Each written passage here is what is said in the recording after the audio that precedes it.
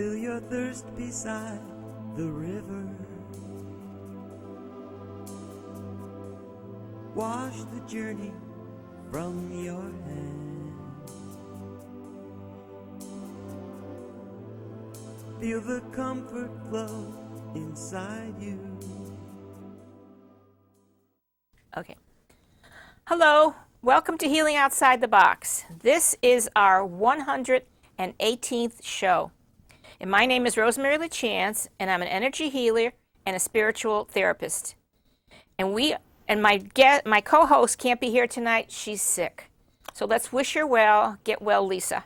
Okay. We are the co-stars for this thought-provoking series and are dedicated to providing you with food for thought information and answers to all modalities of alternative healing, spiritual development, animal welfare, environmental concerns, and so much more in the form of guest speakers who are experts in their fields. If you know of any subjects you would like us to discuss, or if you know of anyone you think might make an interesting guest, please let us know. Please like us on Facebook under Healing Outside the Box, where you can learn about and see pictures of some of our past guests and ask questions or leave a comment. Please enjoy the show. Okay, now, our guest tonight is Hans Wilhelm, author. Welcome. Welcome, Hans. Thank you so much. This is his third visit to our show. Most interesting guest, a delightful man. And the name of the show is The Mystery of Life, based on the spiritual laws of the universe. And I'll give you just a little bit of a bio on Hans. Hans has written and illustrated over 200 books for all ages, with total sales of over 42 million copies in 30 languages. Many of his books have become successful animated television series that are enjoyed by children all over the world. His books have won numerous international awards and prizes. He is a student and teacher of the spiritual laws, and he has inspired audiences around the world with his life-affirming concepts. Okay, tonight he's going to show us some DVDs, some videos that he made, but first we're going to talk. Good. So tell me, Hans, what made you get into all this to make these videos and your teachings and everything? As you know, I have written many books which have spiritual aspects for many years, but what I'm now doing is something totally new. And it happened actually, I have to go back a few years ago, when my father was dying. And we were 4 children, we sort of had watched while they were dying in this last few days around, and we were with him. And now my father was in Germany, he was a soldier. He really has seen some very bad stuff in life, and he was totally convinced that after death, there would be nothing of him anymore. That is over. He has seen too many people dying, and there's nothing afterwards. And we all respected his view. And he also knew that I was always in the time studying spiritual stuff, metaphysical stuff, and so on. But we never discussed it. And I respected his view. He respected my view. But when he was lying there, and virtually for the last few days there, I said, so he could not really speak anymore. He says, well, Dad, I says, just in case your idea that you are no longer existent doesn't take place and you may exist after death, let me tell you what I know from the studies that I've done might happen to you when your soul leaves your body. So I went through the whole process, explained to him what happens after the physical death, when the soul leaves the body. Now, he was lying there, as he couldn't say anything. When I was finished, he just sort of smiled, and yeah, okay, you got me. You got me, all right. And so on. And that was basically the last communication I had with him, his smile then. But a few days later, he died. Now, I forgot totally about this. It was only 2 or 3 years later when I was here in Connecticut, and I heard about a young man who is very famous for being able to communicate with the departed ones. His name was Roland Comtois. Have you ever had him? No. Oh, you must get him. He's in this area. He's in this area? He's in, I think, in New Hampshire or somewhere. I don't know where his place is, but he comes around here all the time and speaks. And everybody was raving about it. He has got this real knack to communicate with spirits from the other side. So I said, I have to just meet a guy. I've met a lot of people who can do this, and it's not really new to me. And I have no doubts about it. And I don't also want anybody to talk to me from the other side. They've got other things to do. They don't have to make conversation with me. But I was just curious because everybody was raving about him. So one day he had a book signing at Pymander Bookstore in Westport. And I'm going to go there and just have a look at this guy. And I was make sure, because I have a small room there, that I was getting a seat. I didn't want to stand all evening because he is so popular. So I went 20 minutes earlier. I sat there, was all empty. I sat there by myself and was just going to start a meditation when I got tapped on the shoulder, and there was this young man and says, "Oh, excuse me, I'm Ronald Comte. I have to tell you, I saw you coming in, and the moment you came in, your father came here, right here, and he insisted that I come up to you to speak to you, and says he wanted me to know that everything what I said was right, and he urges me to please share this with other people, because there are other people who don't know this." And a few other personal stuff. I was totally floored. I mean, I didn't expect anything. Wow. And he didn't know me. And all the details he shared from my father were absolute spot on. So that gave me food for thought. It says, well, I've done it in a way through my books, and I also give some lectures on the subject here and there, but I've never really done it in a broader way, in a more specific way. So I says, what do you do? It says, today, so making the books, young kids don't read books anymore, really. They go to YouTube. So I decided to, instead of writing it all down, finding a publisher, promoting the book and going and all this kind of stuff, I do it myself. I do short little videos, 5 minutes long, on all different topics, from reincarnation to karma to life after death, life before death, and fear, and you name it, and put them on YouTube. And that's how this website, lifeexplained.com, started. And it has to be phenomenal success. People from all over the world want to subscribing to it, and it's very simple. And I'm using my little talent I have in drawing. Instead of just sitting there and telling how it is, I draw it. Okay. And my main goal is, of course, not to convince anybody. And I thought, if the introduction tape is correctly, it says, look, this I'm merely offering this. Right. It's up to you whether you like it. If you don't like it, that's fine with me too. I have no need to convince anybody. I believe more like being like a lighthouse. A lighthouse doesn't run after anybody to save anybody. It just That's very good. Now, lighthouse, I like that. To save anybody, because I believe everything is in perfect plan and order. So, but I do believe, knowing some of these very powerful laws, the law of attraction, the law of projection, and so on. I mean, when I learned them for the first time, I mean, I was speechless. As you too, because we have been together on many of these paths. And since 1982, we've been together. Oh my God! What I really like that. That's when we met. Yeah. And you remember the first? We heard some of these stuff. I mean, our jaw dropped. Yeah. It was so new. The fact is, I was more upset that I didn't know it before. Nobody told me about anything about this in my household where I grew up. Definitely not. And most people I speak to who have no interest in spirituality and metaphysics don't know any of this. And yet these laws run our life the same way like gravity does. But do we know them? No. But knowing these laws can be so helpful for us to understand our life, or what happens to us, why it happens to us, and that we are never victims and things like this. I mean, this is some totally different way of thinking. It's true. It really true. It helps to get through life. Oh, very much so. People want to know what life's all about, what the meaning of it is, what's happening. This explains everything. And it's just, it makes it easy. It makes it, okay, now this makes sense, right? For me, it does. Me too. Yeah, and but I think one important element why people, I think, are so struggling with finding the meaning, understanding where we come from, where we go, and so on, is because an important element has been taken out in our Western world from the original teaching of Jesus, which was reincarnation. Right. Most people don't know that he taught reincarnation, not only taught reincarnation, all the people around him were talking about reincarnation. Jesus was a Jew, as you know, and all his disciples were Jewish. And at that time, there were a lot of Jews who believed in who knew about reincarnation. It's in their old mystical writings, Kabbalah and so on, the Gilgamesh-Amot, the cycle of life. It's all in there. It's like today's we have got lots of Jews, beliefs like the Hasidics, the Shabbatniks, and others who know about reincarnation. And Jesus was one of them. And the funny thing, it is mentioned several times in the Bible. Very clearly. It is. Yes, I mean, in Matthew and Mark, for instance, he asked his disciples, and says, tell me, what do people say? I am. And they says, well, you are one of the old prophets, they say. Maybe you were Elijah or whatever it is. It's so clear.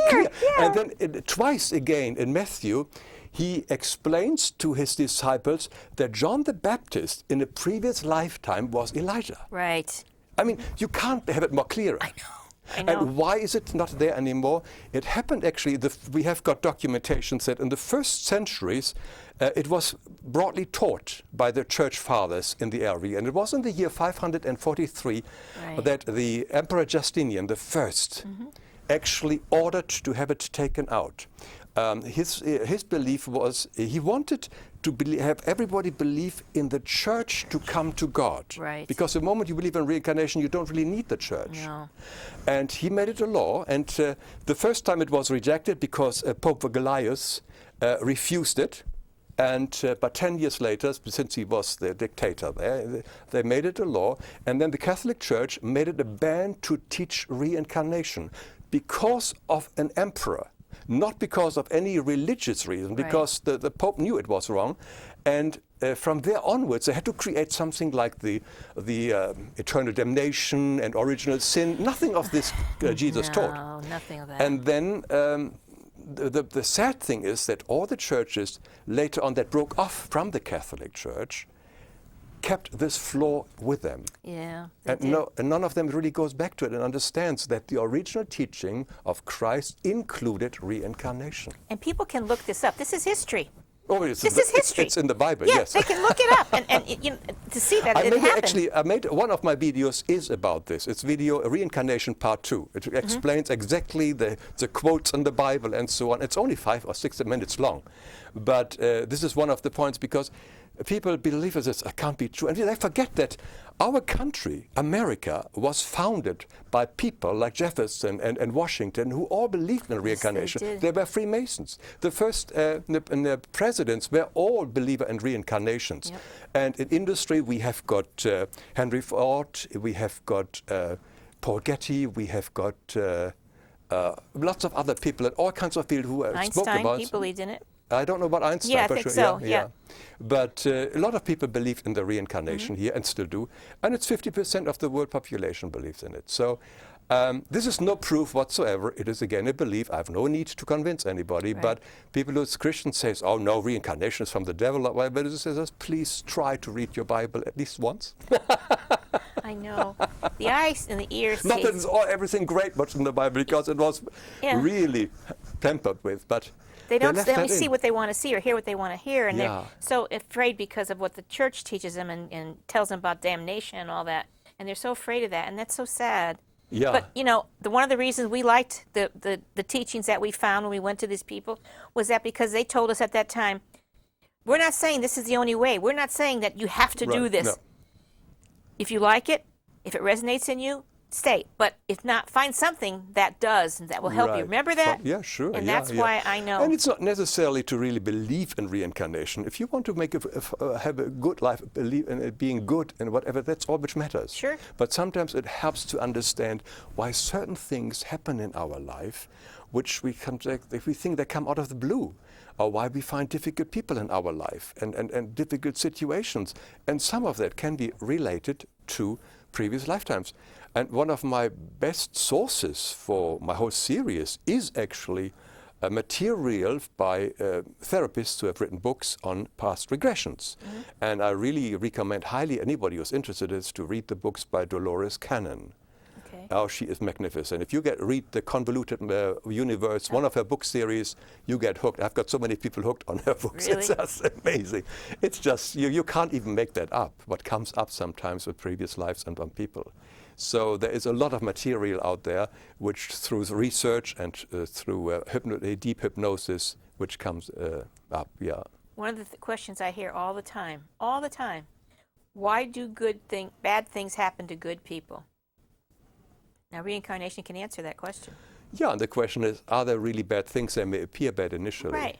But can we see the whole thing? We're living Seemingly bad, yeah. we live in a universe of duality, of the yin-yang. Right. Everything has another side. And we're not really taught to see the other side. In the East, where we have the yin-yang, they understand that even fear has a positive side.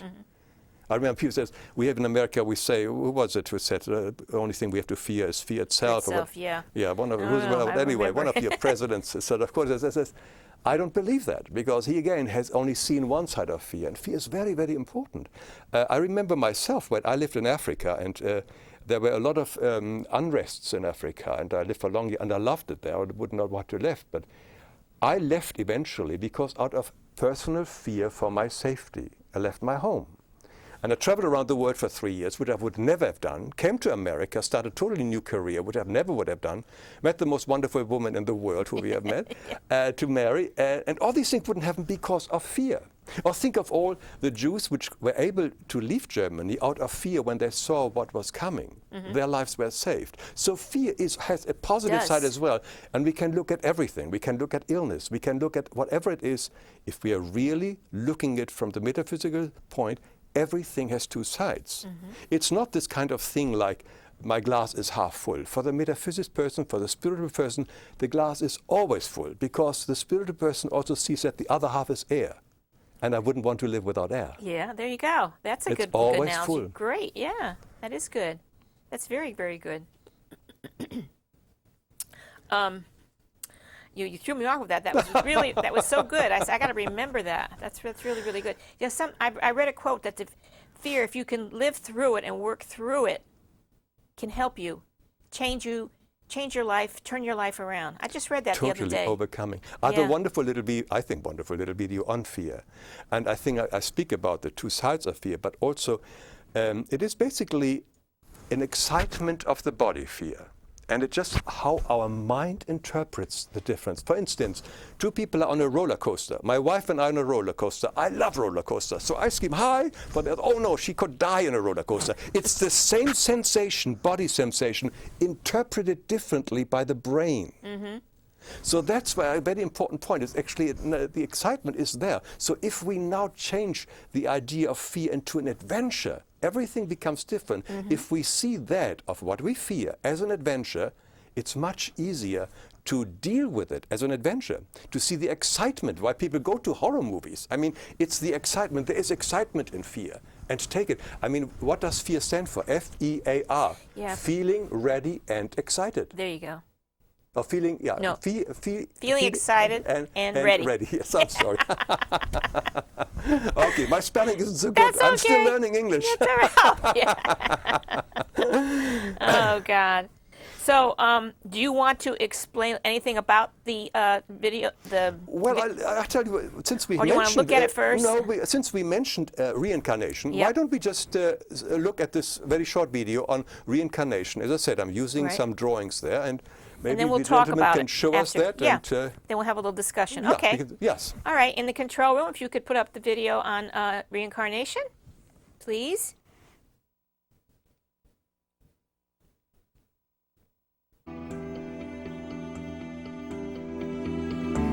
Hi, I'm Hans Wilhelm. And in this video in the Life Explained series, I would like to talk about reincarnation. What is reincarnation? The word carne, of course, means flesh, and incarnation is the process of a soul or spirit entering a physical human body. And reincarnation means the repeated return of that soul or spirit into a human body. Let's take a closer look at it. We are by nature spiritual beings, also called souls. Our true realm of existence is, of course, spirit. So why would some of us want to incarnate, meaning enter the physical body here on earth? Now the reasons are manifold. Some come here to observe, some come here to assist other souls, some come to explore, some come to simply enjoy physicality. But the vast majority of us come here because we are bound to the cycle of reincarnation. Which means we still have unfinished business here on earth. Reincarnation gives us the opportunity to complete and heal anything that has not been resolved or completed in a previous lifetime. As souls, we intuitively know what we still have to clear up. Any hurt, any pain, any loss that has not been atoned for or forgiven will call us back into another life. Nobody is forcing us to go, but we know that we cannot spiritually advance until we have healed everything down here. We therefore have a deep desire to make amends or experience the effects that others once suffered from our thoughts, words, actions, which is called karma. Therefore, out of our own free will, we choose to reincarnate once again. By the way, more on what happens before we incarnate is on my video, Life Before Birth. Now, the souls with whom we often have the most of our karma are the members of our future family here on earth. They also have come here for the same reason, to heal and overcome past karmas with each other and with us. Therefore, they are usually of similar vibration than we are. And this is important because we know that our soul can be only attracted to parents of similar vibrations. We may have been in this particular family many times before, but in different constellations and maybe in different sects. It can be that we have been the mother or father of our future parents in a previous lifetime, and together as a family we have created causes that now change us together as karma. And now we have the chance and reincarnate again and loosen these chains and undo this karma, which will result in mutual freedom. What happens here in this family applies to all other people who we meet in our life, at work, in clubs, our neighbors. We either are attracted or repelled by some of them, and that usually means that there is some karmic ties that needs to be cleared up. Now you may wonder, if this is all true, why don't we know much about karma or reincarnation? Well, there is no absolute need to know about reincarnation to have a successful life here on earth. We are all given some wonderful tools that tell us how to live our lives on earth. Most souls incarnate into cultures that have one dominant book of wisdom. That can be the Torah, the Bible, the Quran, and so on. And in all of them, they have the same basic rules of life and the golden rule that says, don't do unto others what you don't want them to do unto you. They say it in different words, but the meaning is the same. And in the Western world, we also have the 10 Commandments and the Sermon on the Mount. They are straightforward, very simple, not complicated. In a few words, we are advised not to kill, not to lie, not to cheat, not to steal, have no idols, and respect our parents and help and assist all those less fortunate than we are. But most of all, also to love and honor God who is in everyone and everything around us. The problem is that we also know about all these basic rules of life prior our incarnation. But once we are here on this earth plane, we easily forget. We are bombarded by so many distractions and temptations that we can easily forget our ideals and the reason why we incarnated. We get lost in our ego, materialism, and selfishness. So once again, we might make new or similar mistake as in the past, and then we are even more trapped in the cycle of reincarnation. But if we live consciously by the basic rules of life, like the Golden Rule and the 10 Commandments, we can bring our soul into a higher vibration. That means when we die, our soul will then be attracted to a higher level of existence than we were before we incarnated. Eventually, we will no longer need this life and death cycle here on earth and continue our education and our growth of consciousness in the higher realms. Now, some of us may wonder why we usually don't remember any of our previous lifetimes. This is purposely hidden from us because we should live in the here and now, and exact knowledge about our former incarnations would only burden us. Think about it. We may have hundreds of former lives, and many we have done awful things. Now, this knowledge alone would overshadow our decisions in carrying out our daily tasks. Once we understand the dynamics of the law of reincarnation, everything falls into place. Suddenly everything makes sense. Why are some poor, others are rich? Some healthy, others sick, why there are wars, and so on. I have always been amazed by the incredible love and perfection that rules our magnificent universe. Naturally, this was only a very short overview, and I hope you are inspired to study more on this incredible subject. Did you know that reincarnation was a fundamental part of the original Christian teachings and that it was later banned by a Roman emperor? Come join me in part 2 of reincarnation and I will tell you more about it. You may also enjoy the videos on karma and how karma works.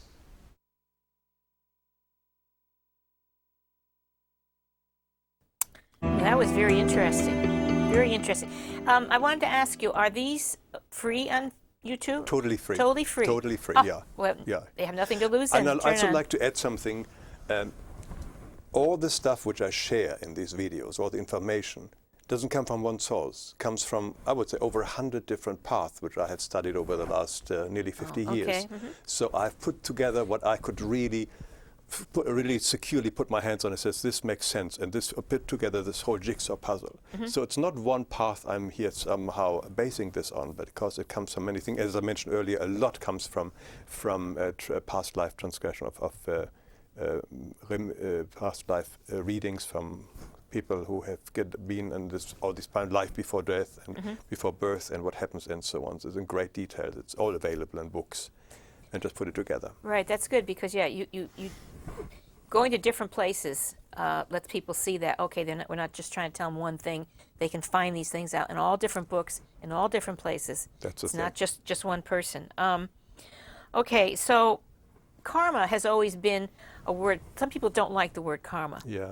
And they think that means you're forced to go back and make amends. And what you mentioned on that, and what I've always taught people, karma, when we come back, karma means we choose. We choose to come back. We choose to work out this certain thing that we had done in a past life, yeah. right? Yeah. And it's all our own decision. We're not forced. That's the thing. And sometimes people want to come back too soon before they've learned some things on the other side, right? And they say, I want to go back because they want to experience all that the world has to offer, all the drama and all the luxuries. And they don't learn a thing. And it's just wasted, and they think it's not, but when they get back, they say, oh, geez, I just wasted that time, But But I think I think you bring up a very important point. We are here because of our own personal wish and desire. Right. Nobody got pushed here. Right. We wanted to come here. As a matter of fact, there are many kind of data would say that there are more souls who want to incarnate than there is opportunity, because there are not enough bodies to incarnate. Much more they want, because Earth is such a unique kind of planet. Because here on this planet, souls from all different kind of vibration can come together and mix and mingle and learn from each other. Usually in the spiritual world, they are in their own kind of same vibration. Right. And when you are surrounded by people just like you, your growth is very slow. But the moment you can come Earth and meet all the bad things, the good things, the tough thing, and so on, you are really having a really intense schooling. This is Princeton. This is Yale. Yeah, it's true. It's hard. Yeah. Because you're right. Because on the other side, when we're with people of like mind, everybody's saying, "Oh, you're okay, Hans. Yeah, yeah. Oh, you're doing. I think just like that," and so you don't grow. No. But when someone here rubs you the wrong way, makes you angry, things that happen like that, it's a good opportunity to say, "Now, what in me is rising up? Why does that person make me?" The law of correspondence, right? Yes. It's a mirror to look at and say, Right. if I'm angry, it's me, not them. Right. Okay? And it's a chance to study and learn and grow. If people could understand that, if they could learn about it. This is one of the major laws which I would wish they would learn from school, right from the beginning. Oh, I that know. whatever is upsetting you in other people or in the world around you, it can be the wars in Afghanistan, whatever upsets you is in you. It is the war within yourself which has not come to peace yet, and things like this. The outer world is our mirror, is only a mirror of ourselves, of our inner self, and it's very, very important lesson. And I wish that kind of law would be known more. But I think we may want to come back to the karma thing. I do have another video on karma where I illustrate it. And as you're quite right, karma is not punishment, because the whole universe does not punish. No. There's only consequences. Right. And therefore, karma is a wonderful tool for growth, because it helps us in our choice of our free will. And, well, if we want to look Want at to it. walk at that now, and then we'll talk. All right. Yeah, maybe All right, we'll bring up the one the on next karma. video on the karma video. That Okay, would in be the great. control room, let's see the second video.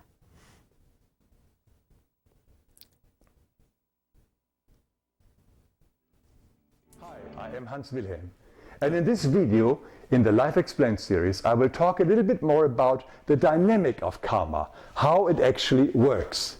Karma is the law that brings back the results of all the thoughts, words and actions to the person performing them. Just like a boomerang, they sooner or later come back to us with the same or similar effect and results. Now, let's have a look how this karma law actually works. Let's take an extreme case to make it more clear. Imagine we are stealing money from another, like a robber. For instance, here is our gun, and we ask him, give us a wallet, and here is his wallet. We now have his wallet. Now, this action, just like any emotionally charged thought, word, or deed, gets immediately stored in, firstly, our body, in our cells, or it may even affect our genes, and I will come back on this one later. Our soul, which is sort of inside our body, it stores it just like a computer. The Akashi records, these are the Akashi records.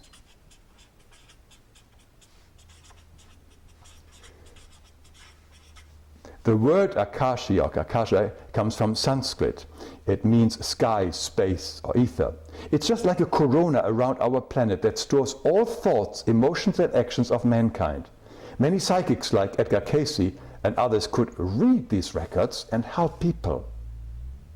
And most of all, our action is also stored in the spiritual and semi-spiritual and material planets of similar vibration.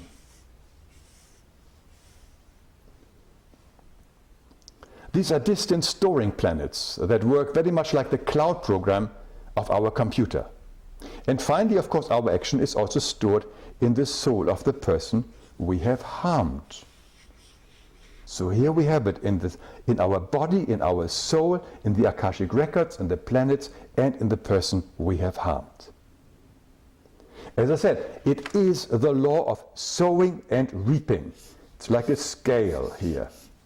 Now, we have sowing here, and this is the first half of our action, and we have just done this. We have done the sowing.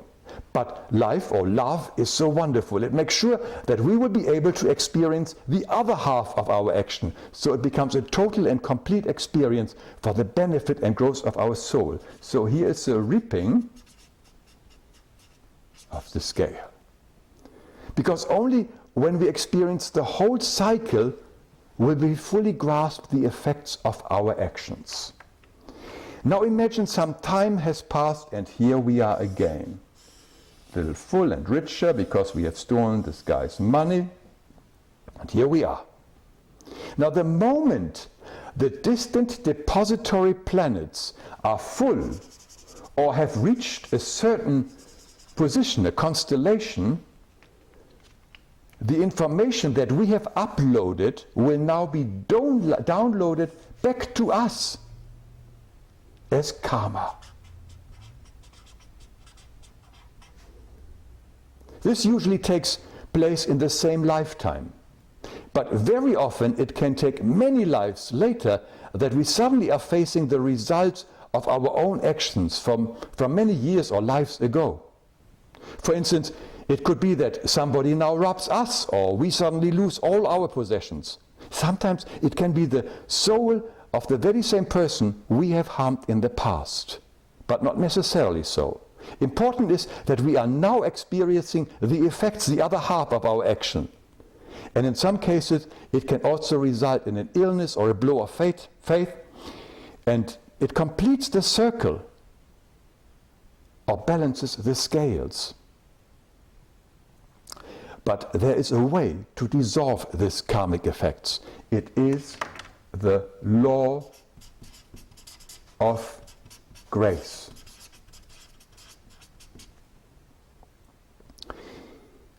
Also meaning the path of forgiveness. The law of grace requires us to open our heart and truly repent, meaning feeling into the person we have hurt and imagining the hurt and loss the other person has felt as deeply and as strongly as we can. We want to make sure that the strong feelings of remorse are stored in our soul and body, so that if we are ever tempted to do a similar crime in the future, we will remember the pain that we have inflicted and hopefully not commit it again. Forgiveness also means that we have to go to the person and ask for forgiveness and offer to make amends. Only when the other person has truly and fully forgiven us and accepted our offer of amends will it be possible that the karma is dissolved. This is a law of grace. But this only works if we also change our behavior and no longer commit such crimes. It is the same grace, mercy, compassion, and forgiveness that we must give to anybody who we think has trespassed against us or hurt us. Now, if the other person or soul has not forgiven us, we are bound to that person like with a big iron chain for as long as it takes him to forgive us. It can take hundreds of years, and therefore forgiveness and to forgive is so important. You may want to check out my videos on forgiveness. Now, remember what I said earlier, that our actions are also stored in our bodies, in our genes to be precise. Why? Because our offspring will now carry this information also in their genes. It most likely will not affect them, but it will become important when we are ready to incarnate again and need a physical body that vibrates closest to our soul vibration. And voila, here is the little baby, the physical body of a baby that has the same genes that we ourselves have sown long, long time ago. Amazing how the cycle closes again. I'm always at awe about the perfection of the spiritual laws and how they all are here to serve us. By the way, some of this information that I have shared here with you comes from the amazing teachings of Gabriele von Würzburg, who has deepened my understanding on the subject with her incredible insights. And if you want to know more about her work, you can go to this website. Her work has been translated into many languages. Now, the interesting thing is that none of us has to create or endure negative karma ever. We are always given the choices between insight or pain. Insight is when we listen to our inner guidance or simply follow the basic suggestions of the Ten Commandments and the Golden Rule that says don't do unto others that you don't want them to do unto you. But if we use our free will in opposition to the Ten Commandments and the Golden Rule, we will learn through the consequences via pain. Mankind is a slow and reluctant learner, and therefore many of us prefer to learn the hard way through pain. Although for thousands of years we are told not to kill, not to steal, not to harm anybody, we still do it and we think we can get away with it. We can't. We never could. But that again is not bad in itself. Everything is always for the best. The fact that we are now have to endure the pain we have inflicted on others will help us to understand their predicament better. It makes us more compassionate, more humane. So in the end, in this friendly universe, everything always turns out for the best for us. This includes the law of karma. I hope this was helpful, and I'll see you again soon.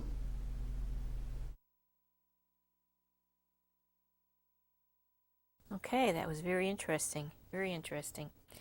When you were talking about people do these things, they think you can get away with it. You know, they don't treat others like they want to be treated. They lie, they steal, they cheat, they rob, they kill. I don't know how they could, if you really stop to think about it, how could we ever live a peaceful life by doing things like that? It's like saying when we incarnate on this earth, we grow up, we get married, we get the house, we get the car, we get the money, we do this, we do that. But when we leave this planet, we don't take that with us. All we take with us is who we've loved, how much we've loved, the experiences that we've had, what we've learned and everything to better ourselves, right? Yeah. But we're in a material society, materialistic society, where this is not necessarily on high agenda. See, one of the things that stops the growth of people is because some of these religions, and especially after the Catholic religion, tells you that if you go to confession and then say these prayers that they tell you to say, and then get this host in your mouth, and you're forgiven. And you can go to heaven. But if you stop and think about it, what have you really learned? What's going to make you not do that again? That's an easy way out. And that's what keeps people bound to the churches, which is what we talked about in the very beginning, right? Which is in their interest, yeah. It's very dangerous. Sure, yeah. Very dangerous. Yeah. Yeah, but you know, to break off from a very comforting environment like a church is very difficult. Oh, it is? It's very difficult. I It mean, is. there's so many recovering Catholics or whatever. I know, I'm one of them. You're one of them. That it's a comfort to be in this circle of friends and people who think similar, and say suddenly you think differently or you question these things. It needs a lot of strength to do that, and Right. not everybody has it at all. Let's put it that way. There are so many demands on us in our day-to-day living that this we can do without. Let's just go back to the church and go there on Christmas and Easter, and that's fine, and then we probably go to heaven, which we'll go anyway. But We're going to go anyway yeah, we go eventually. anyway there. But that's probably very hard for many people to make a real stand and says, I don't want to have anything to do with this. I want to explore myself. This is how I did it myself. And I studied hundreds of different paths over the years and met wonderful people in the process, and learned stuff which I would have never learned if I would have stayed with something. So I've been searching all these years, and now I have the opportunity to put it sort of together. It's very challenging to suddenly put all these complex ideas into a 5 minutes video. I mean, It is. of course, so many things I've forgotten there. I feel guilty of having forgotten it, but there's only so much you can do because our attention span is so short. I can't make longer videos because it's more than 5 minutes and nobody will watch it. You're right. You're absolutely right. So we have got this problem there. So I had to really be precise and even have to now get it down to 3 minutes because the time pressure is even bigger than that. That's How sort of- many are there? I don't know how many, it's 20 or something, I don't know, Okay, etc. And I continuously add new ones and onto Oh, it. good, Yeah, good. yeah, oh yeah. Whenever I have a chance between my bookmaking. But it's fun, and I really learned that whatever excites you is actually the path to go. And this is something which excites me, to be able to do these videos and share them. And the feedback is very encouraging too. That's good. The one thing that I remember I learned when I was teaching classes and everything, and if I try to do it now, people will come because they're interested. But the minute you say to them that they're responsible for themselves, they're not a victim, that they're responsible, they have to change certain things, they don't want to do that. No. That's a toughie for the people. They Yeah. want to say, I'm a victim and it's his fault and it's her fault. And, you know, that's where they break off for some Yeah, reason. most people believe that things happen to them, but in truth, everything happens for us, not to us, for Right. us. And that's a very different thing, that every little thing ever comes to us is only there for us to help us to wake up, to become more than what we are at the moment. I know, and you're right about, you know, the church being comfortable and all our friends there, people that you know, and they have all these activities and everything. And I've heard people say to me, I like going there because I want to go someplace where I can do that. But there are many places you can do that and learn other things. But it's against the grain, so to speak, and people don't have the courage. What gave me the courage was it couldn't answer my questions. Right. I just couldn't answer my questions, and For the reason we put out. The moment you take out reincarnation, suddenly they can't tell where we come from and where we go to. It's all, yeah, but I'm sorry. and that's all right, no. And they taught of a punishing God, Yeah. and they taught of an everlasting hell. And I thought, I don't want any part of a God that punishes me or sends me to hell for the rest of my life. No, I've got to learn once and for all the truth. And if that's true, then might as well do whatever you want, you know. But I said, it doesn't answer my questions. I want to find God. They say he's loving on one hand. On the other hand, they say he'll punish you, you know. Yeah, moody or whatever. Yeah. So you have to be a free spirit. In other words, you can listen to all these things they say, but you have to make your own decisions, and they are inside of you. Well, when the Old Testament was written, for instance, which has this rather condemning God, you know, when these texts were written, the only role model they had was the Pharaoh.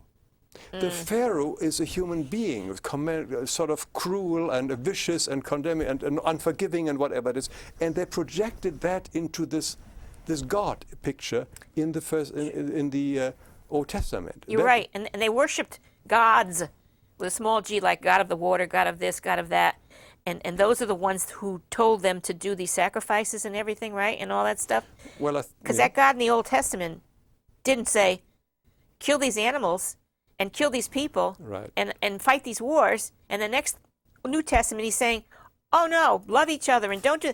How can common sense, right? How can that be? Is it true? Well, I'm not defending this point, yeah. But coming back to the point, why people are having problems leaving the organized religion is also, I think, loneliness, the fear of being alone. Yeah. I think that is probably, I would find out here in the society, probably the number one problem, where all the problems come from, whether drugs or whatever it is, etc., or getting totally hooked on computers, etc.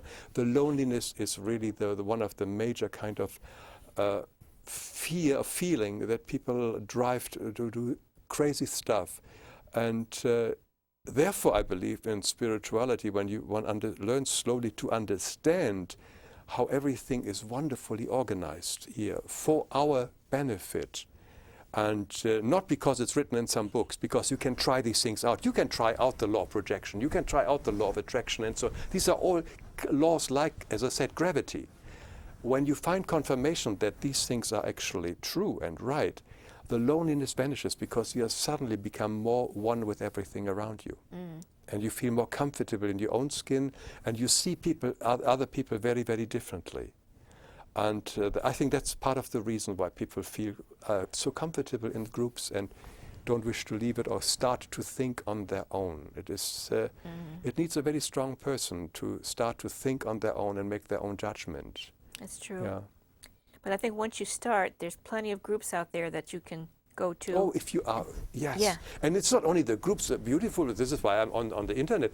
You know, you can find anything. You just Google it in. Yeah. And you find it, whatever you want. You find a group in your neighborhood. It wasn't easy 10, 15 years ago to find something like that. When I came to America, which is something like 35 years ago, with my spiritual background and teaching and so on, I've had pretty much alone here as well. I found very few people interested in the subject.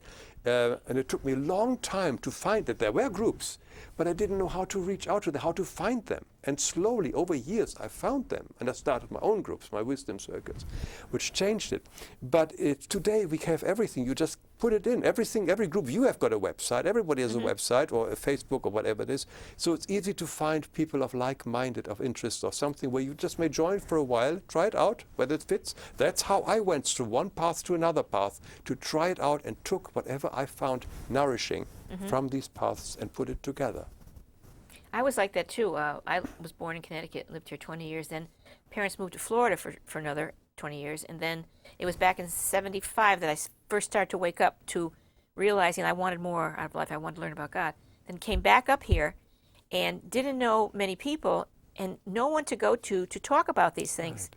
And I had this book that I had gotten, a Spiritist book. It was the closest I could come to. And because I prayed and said, help me to find the truth all the time. Well, we had a party, and one of our couple friends had a brother, Harry. Remember Harry? Oh, yeah, Harry, sure. Yeah. Lovely person. Oh, wonderful. And they said, he's kind of weird. You'd probably like to talk to him.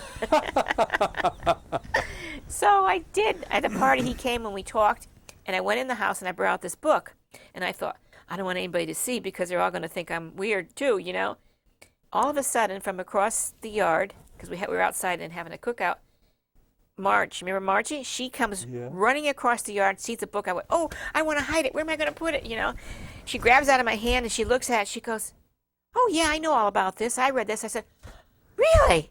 Here we are, 3 people now, right? Great. And then on. And then one day we got the call to go to the to learn for the first time where I met you. Yeah. Yeah. So once you open it and you pray and you ask, help me to find the way, the truth. Yeah. I wanted the truth. Just tell me the truth. Yeah. And it happens. We forget that we have got this enormous power behind us, our guardian spirits, who have nothing else in interest than really help us to grow. And if we surrender to them and says, look, send me, use me, as Edgar Casey says it in one of his prayers, send me, use me, let me ever be a channel of blessings to those with whom I come into contact in every way, and let my going in and going out be in accordance with thy will. That is one of these affirmations of Edgar Casey's teachings. And it is the spiritual world behind us who really want to help us in every way. And they guided you to that party eventually, and etc. One came to the other. Yeah. And so we do have this enormous support team behind us. And it's another point about talking about the loneliness thing and so on. We are never alone. No, we're never alone. No. They're always there. I know, to believe it, you have to believe it. It's so true. You're right. They do want to help us. All the time. All the time they want to help us. And I know it's hard, but there's ways to do it. What have we got? We've got about 7 more minutes left. Wonderful. 7 more minutes. So what shall we talk about for the last 7 minutes? Well, I can tell you about the movie I'm working on right now. The video is on the law of attraction. Oh, good. Okay. Because many people have seen the video, The Secret. Yes. And which says basically you sit there and you meditate and you feel you want to have the riches and so on, and then the things come. And millions have done it, and it hasn't happened. And what is so interesting, it's something which, and I try to explain in this video, is that the Secret forgot a very important component, and we touched on this before. Before we incarnate, we have got, we discuss our future life with our spiritual guide, and we see a rough outline of our life, where we will be and what challenges we will have, who are the people who are souls will incarnate with us, who give us a hard time, a good time, the partners, etc. It's a rough outline, and we say wholeheartedly yes to it. So when we come here, for instance, and suddenly forget all this kind of arrangement we have done, and we think it's all new, and and you see people who have got $100 million and a yacht and a villa by the sea, and suddenly says, oh, I want that too. And you see the movie like The Secret and says, oh, it's very simple, I just sit here and now I have this villa, I have the 100 millions, and I think, and it doesn't happen. So why doesn't it happen? The secret is quite simple, because our subconscious, as well as our spiritual guide, remember very well the contract we have made, not only with ourselves, but also with the other souls who intend to incarnate with us together to meet us at the specific time as we have outlined. Right. So if we are supposed to be a teacher in Denver, and we suddenly have this villa by the sea and $100 million, we may miss our entire life. That's right. So unless these blink stuff are part of our original life plan, our higher self, as well as the spiritual, make sure that these will not come into our life, because these are ego wishes. Our ego is interested into getting and having. Oh, yeah. Our soul is interested in becoming, and that's where the ecstasy and the excitement is. It's very different. So this is my new video, which I haven't really done yet, but it's coming soon. Sounds interesting. There's a video I want to tell people to watch too. It's called Astral City. Have you heard of it? Oh yes, I have it. Yeah, me too. Actually, on my video on death, I recommend it at one of the videos. Astral City. Excellent, isn't it? Excellent, yeah. And that's about life between lives, and it talks about where you go before you're born, and all that, the teachers that are there, the angels, will let the people know that are there, and it's about one man's life. And this was, he was able to, talk through a medium. This is a true story. Yeah. A medium like Edgar Casey, someone picked it up and was able to write it all down. So this isn't like somebody's imagination. No, this happened. It's a big production. Yeah, and I mean, I watch it over and over again. I think it's beautiful. It's so beautiful. But if you want to, this is again, I also recommend movies in my videos. And the other one, which I really think is one of the best movies, is Ghosts. Yes. There's Ghosts. everything right in that movie. Everything is right. Yep. Everything which looks like Hollywood, but this is how it works. And what dreams may come? I could never warm up to that one. I don't know why. Really? For some reason, it was confusing me. Well, but that's my personal feeling. I know. The thing was, he was so insistent on finding his wife and so forth. Somehow there was a lot of Catholic stuff in it. Yeah, there were a lot of church. I didn't feel comfortable with that movie. Yeah, okay, I see what you're saying. Yeah. But Ghost was excellent. Ghost was excellent, yeah. Yeah. That I really enjoyed that too. Once in a while they come out with some good things. Yeah, and it's nice to share. So you recommend certain things when they come to you? Yeah, like for instance, when we talk about karma and so on, the other thing is the Groundhog Day. Very powerful.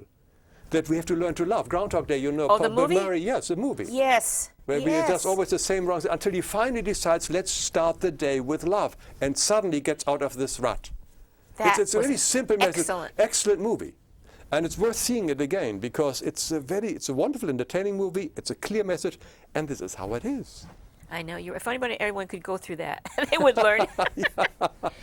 I think that God uses the movie sometimes to teach people. Definitely. Some of these people, some of these movies are very good, even if it's just a part of the movie.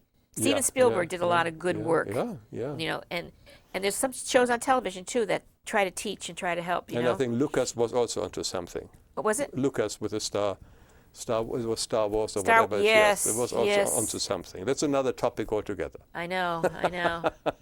About our life out there. Yes. Right? That we're never alone, wherever we are. Our sign from our crop circle sign. Yeah. So that's true. That's another whole show talking about. We'll have to do that. But I'm not an expert on that. No. I'm just I'm listening on that one. I have enough to do here with on Earth. I let them do whatever they have to do. Yeah. I concentrate on my work here. Okay, so what are some of the few things that your videos, some of the titles, so they can know the what to other look one for? is also interesting on suicide. Oh. Yes, it is because and bullying, suicide is I think very often watched a movie. Strangely enough, it's one of the more popular ones. Also, why we kill other people. It's a very short, interesting movie. What makes us? Why do human beings kill other people? It's very good. What are the other good ones? Also, the crisis. How to be crisis. How we can cope with crisis and what to do in difficult situations. Very clearly simple. And again, I refer to people like Byron Katie. You heard about her? Yeah. Yeah, I'm actually making my second or third book with her together now. Oh, good. Yes. So there's a lot of cross-reference. Also forgiveness with Colin Tipping, very important, radical forgiveness. There's a beautiful video on I think a good video, beautiful, I don't know, I'm sure they are. on forgiveness, also with links to other websites where people can explore it. Because all the topics I have there are basically a day-to-day living, whatever you want to know when you start new in this field. And I bring nothing new. The only thing I bring is I bring together what I've studied over the last 50 years, and I use my drawing talent or skills to make it visually clear to people, and I offer it. That's all. Short and sweet. Short and sweet and free. Interesting. Yeah, and free. That's good. Short, sweet, and free. So I hope that people will go online and will watch these videos. You will not regret it. It will really turn your life around. Sound very interesting. Well, the time is up. So we're going to give the people your information, how they can contact you, as soon as it comes up on the screen.